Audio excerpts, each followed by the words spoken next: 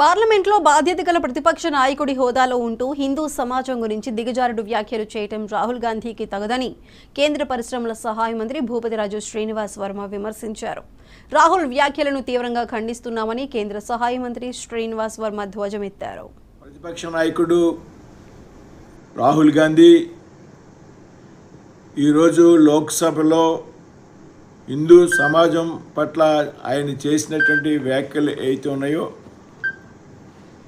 తీవ్రంగా ఈ దేశంలో హిందువుల యొక్క మనోభావాల్ని దెబ్బతీసాయనేటువంటి విషయంగా మేము భావిస్తూ ఉన్నాం.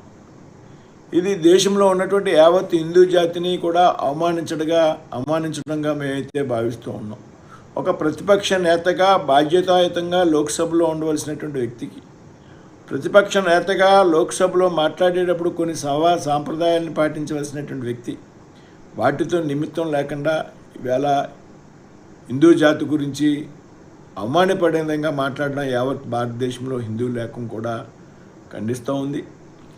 ఇప్పటికే 3 సార్లు కాంగ్రెస్ పార్టీని ప్రజలు ఓడించడం జరిగింది. అయినప్పటికీ కూడా కాంగ్రెస్ పార్టీ నేతగా ఉన్నటువంటి